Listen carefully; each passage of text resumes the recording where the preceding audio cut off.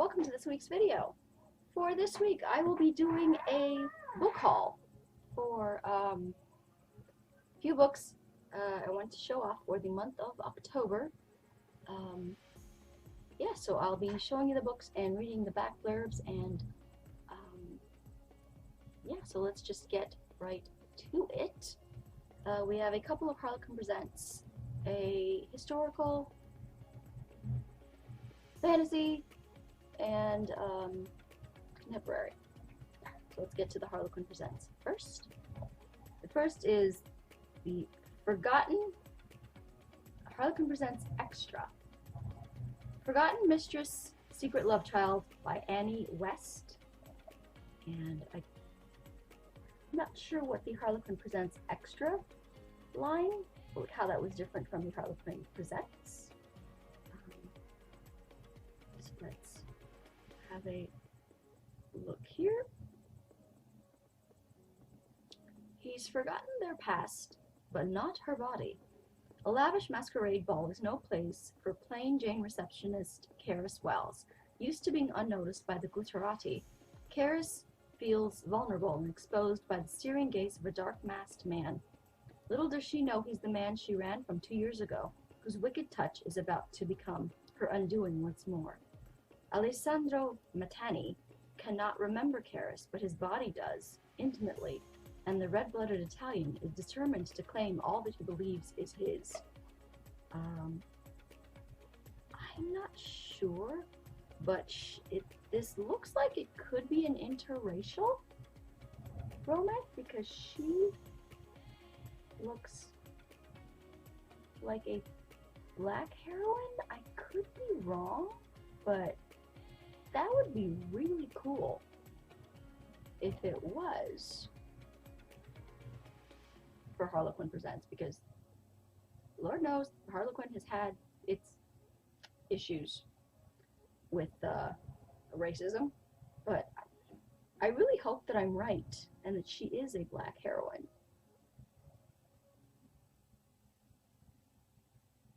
Yeah, so looking forward to that. Next we have Abby Green's, another Harlequin Presents, Bride in a Gilded Cage. And this looks like a fun cover. Doing a little almost tango. Possessed by passion in the marriage bed. The tango is an Argent. Before I read the back blurb, I thought it looked like they were doing the tango. The tango is an Argentinian dance of possession and passion, and that's exactly how aristocrat Rafael Romero intends his convenient marriage to teacher Isabel will be. First he will take her as his bride, then he'll lead her to the marriage bed where he'll make her his. Isabel may have no choice but to give her hand to Rafael in matrimony. It'll be interesting to see why she has no choice. Yet she intends to stay as free as a bird, but her new husband will keep her caged once he discovers he's wed a virgin. I roll on the virgin, but I love my Harlequin Presents. I know they're inappropriate, but I don't care. I'm more bothered by the fact that his name is Raphael, and they're probably going to call him Rafe, which I have my issues with the heroes named Rafe, because Rafe is the character on a soap opera that I can't stand. So I always kind of shy away from heroes named Rafe, because I can't. They're not sexy to me. That name does not conjure up sexiness for me. It conjures up annoyance and irritation. But I'm slowly getting over that. So that's why, like, I specifically picked up this book to get over that even more. Next one is another Harlequin Presents, Susan Stevens' One Night Baby. And that looks like a very sweet cover. The Italian Millionaire's Love Child. When Kate met Hollywood producer Santino Rossi, she was swept away. He was unaware of her innocence or of the baby they made that night. That sensuous evening is forever etched in Santino's mind. So when Kate appears in Rome 5 years later, he's ready for a rerun of their passionate affair. The only problem is Kate's obvious evasion of his attentions. Santino is determined to find out what she's hiding and get her back in his bed. Oh, I love these so much. And the fact that, like, there's so many of them, and they're, like, quick reads. They're perfect little palate cleansers in between my, like, epic sagas and, like, big, thick books, because I love my big books, and I cannot lie. But these are nice little, like, sort of quick, like, palate cleansers in between books that devastate me and rip out my very soul. The next were two books that I actually found. I don't remember where. Where did I find these books? At, like, Shoppers? When I was at Shoppers? So I've had the TBR pile for, like, a long, long time. My not TBR, but books that I still had to, like, show off for you guys. A long, long time. And I remember, I think I actually met this person, or the person that I met was a fan of this author, Robin Hobb. And it's a series, a fantasy series. And I believe, I'm not sure, okay, yeah, this one is book, oh, I have book 1, Robin Hobb's Assassin's Apprentice, and book 2, oh, no, book 2 of a different series of the Fitz and the Fool trilogy. So they're parts of series of the same character,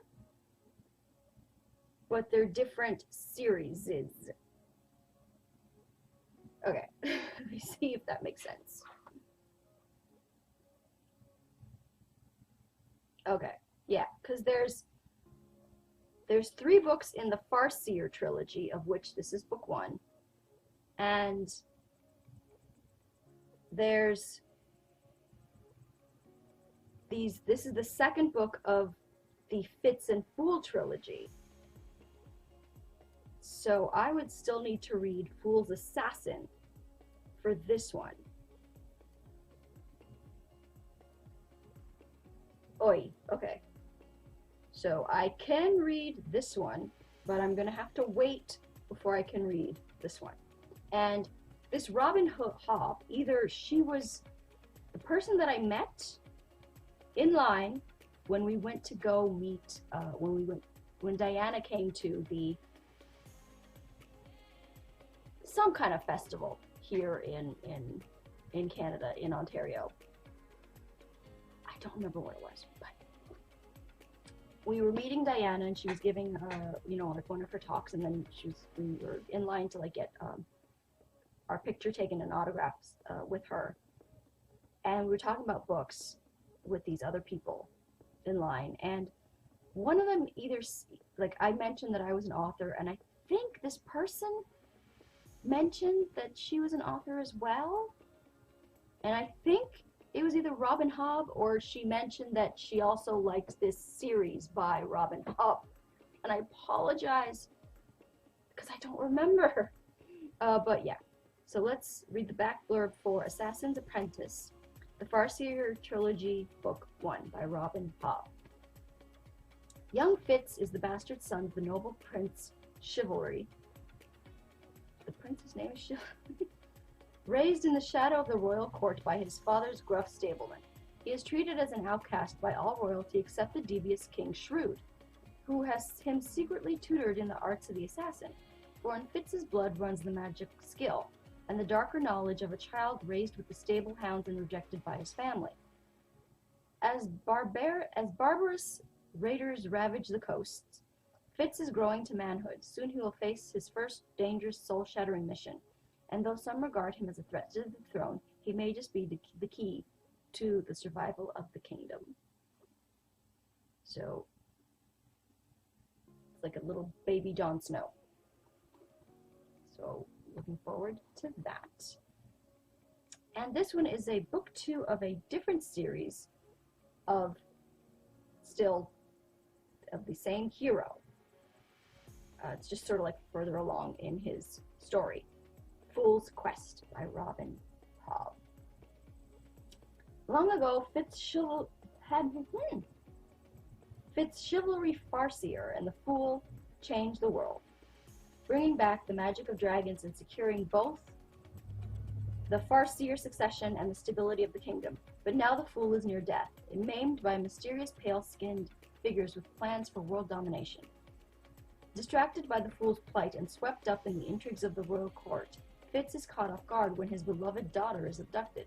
The same individuals who preyed upon the Fool now seek to use the girl's burgeoning powers as a weapon. But an ancient magic still lives in Fitzchivalry's farce. Why would you give him that name? That is such a Fitzchivalry Farseer's veins. And he has not forgotten his skills as a royal assassin. Now enemies and friends alike will learn that nothing is more dangerous than a man who has nothing left to lose. So, I'm not a big fantasy person, but I remembered this author, and I wanted I always like sort of like to give like fantasy books a shot, because I can sort of like get like immersed in them and enjoy them, but for the most part as a genre, I find a lot of the fantasy books that I have read that I haven't liked, it's because sort of they're too dense and they spent too much time kind of like they spend too much time on the world building and not enough time on the story. So they're describing like every person's house and every person's, you know, every detail of every leaf on every tree, and it's just like, no, they're just way too dense and drag on, meandering with like no real plot. I'm sorry, George R.R. Martin, I'm looking at you. I tried Game of Thrones, reading the books. I could not get past the first or second chapter. Just, no. And I'm not one of those people who are like, that the books are always better. No. Sometimes the show is better. Sometimes the movies are better. Like Lord of the Rings, dear God, I could not get through 5 pages of Lord of the Rings. No, and yet those movies are like the most perfect movies ever made, ever. Those movies are perfection. So, Game of Thrones, the show was better. Lord of the Rings, the movies were better. But there are some fantasy that I have read that I have enjoyed, and I hope that this will be part of that series. Oof. Next, we have a historical. The sticker is sort of covering the cover. Let me get that. Lenora Bell's Love is a Rogue. And there's the pretty cover. Once upon a time in Mayfair, a group of wallflowers formed a secret society with goals that had absolutely nothing to do with matrimony. Their most troublesome obstacle? Rogues. They call her Beastly Beatrice. Wallflower Lady Beatrice Bentley longs to... I like that name. Beatrice Bentley. Longs to remain in the wilds of Cornwall to complete her etymological dictionary. Too bad her brother's Gothic mansion is under renovation. How can she work with an annoyingly arrogant and too handsome rogue swinging a hammer nearby? Rogue, scoundrel, call him anything you like as long as you pay him. Navy man Stamford Wright is leaving England soon, and renovating Thornhill House is just a job. It's not about the Duke's bookish sister or her fiery copper hair, or the etymology lessons the prim yet alluring lady insists on giving him, or the forbidden things he'd love to teach her. They say never mix business with pleasure, but when Beatrice and Ford aren't arguing, they're kissing. This seems like it'll be a fun book. I like this. Because it's not a duke. He doesn't seem like a duke. It says here he's a Navy man. So he's not one of the gajillion dukes that England fictionally has. So that should be a lot of fun. And the last one is, sorry, I'm gonna put another sticker on it there. Susan Wiggs' The Lost and Found Bookshop. And I have just learned I have seen the most exciting thing, and that is Susan Wiggs has written a historical. I believe that I have it there somewhere in my TBR, that I picked it up recently because she is a mostly contemporary author, and like I said, I like in my book wrap up when I was talking about Jeffrey Archer, I mentioned that I like when authors sort of don't always write the same. Like I like when like they stay in the same genre. Like for example, Julie Garwood, she wrote these like gorgeous historical romances, and then she moved into romantic suspense, which is not my favorite genre. So I think I read like her first romantic suspense, which is like Ransom or something, and I liked it, but I like her much better as a historical romance author. But Susan Wiggs, I liked a few of her contemporaries, but she wasn't like my favorite. But I'm very interested to see how I'll feel about her historical romance, so I snatched that one up, and it's in my TBR pile there to show off to you guys. Those are the books that I still have to show you guys. So looking forward to that. But this one is a contemporary, and I picked it up because it sounded interesting. If you had to start over, what would you do and who would you be? In the wake of a shocking tragedy, Natalie Harper inherits a charming but financially strapped bookshop in San Francisco. Of course she does. She also becomes the caretaker for her grandfather, who grew up in the historic building that houses the store. Grandpa Andrew struggles with memory loss, and Natalie wants to sell the building to pay for his care. There's only one problem. Her grandfather owns it outright and refuses to sell. Reluctantly, Natalie takes over the shop and hires an ex-Marine from Georgia, Peach Gallagher, to help with repairs. Peach's younger daughter, Dorothy, is a bright light during Natalie's long days and even manages to connect Natalie with Trevor Dashwood, a handsome celebrity novelist who takes an interest in Natalie's small bookstore. To Natalie's surprise, her time of mourning is full of revelations, from unearthing